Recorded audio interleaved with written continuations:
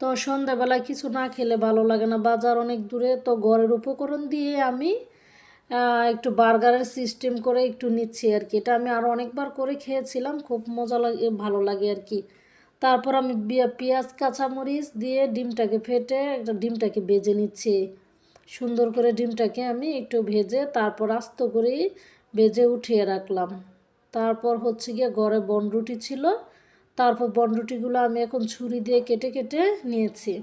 তারপর এখন ফ্রাই প্যানে আমি এক এক করে বনরুটিগুলোকে একটু ভেজে ভেজে নিব। হালকা হালকা ভেজে নিলে কি খেতে অনেক ভালো লাগে।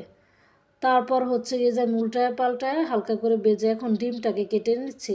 তারপর শসা পাতলা করে কেটেছি, টমেটো, কাঁচামরিচ, পেঁয়াজ এগুলো আর ডিম দিয়ে বনরুটির উপরে আমি এই যে সাজিয়ে নিলাম। তারপর ভিতরে আবার একটু চাশনি পাতা দিয়ে দিলাম।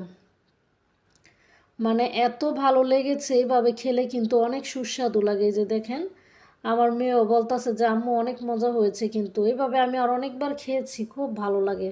আপনারাও চাইলে খেয়ে দেখতে পারেন, খুব ভালো লাগে, বার্গারের মতোই লাগে দেখতে, খেতেও মজা।